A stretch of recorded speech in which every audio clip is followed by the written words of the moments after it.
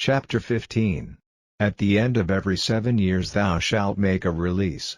And this is the manner of the release: every creditor that lendeth aught unto his neighbor shall release it. He shall not exact it of his neighbor, or of his brother, because it is called the Lord's release.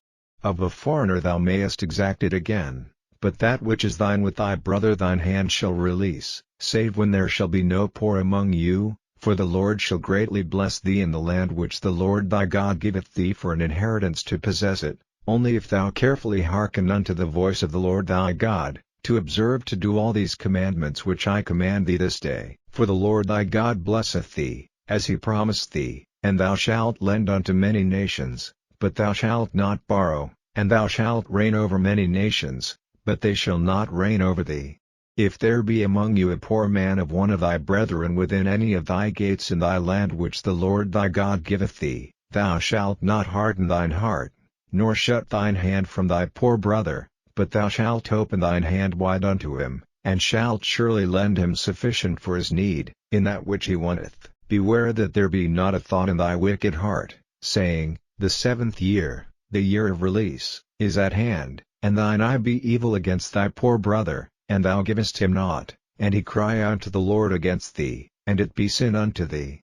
Thou shalt surely give him, and thine heart shall not be grieved when thou givest unto him, because that for this thing the Lord thy God shall bless thee in all thy works, and in all that thou puttest thine hand unto. For the poor shall never cease out of the land, therefore I command thee, saying, Thou shalt open thine hand wide unto thy brother, to thy poor, and to thy needy, in thy land. And if thy brother, an Hebrew man, or an Hebrew woman, be sold unto thee, and serve thee 6 years, then in the 7th year thou shalt let him go free from thee. And when thou sendest him out free from thee, thou shalt not let him go away empty, thou shalt furnish him liberally out of thy flock, and out of thy floor, and out of thy winepress, of that wherewith the Lord thy God hath blessed thee thou shalt give unto him.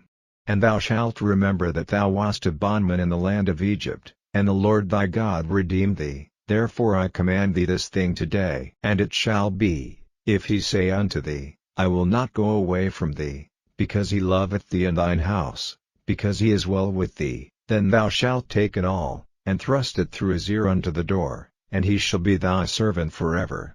And also unto thy maidservant thou shalt do likewise. It shall not seem hard unto thee, when thou sendest him away free from thee, for he hath been worth a double hired servant to thee, in serving thee 6 years, and the Lord thy God shall bless thee in all that thou doest. All the firstling males that come of thy herd and of thy flock thou shalt sanctify unto the Lord thy God. Thou shalt do no work with the firstling of thy bullock, nor shear the firstling of thy sheep.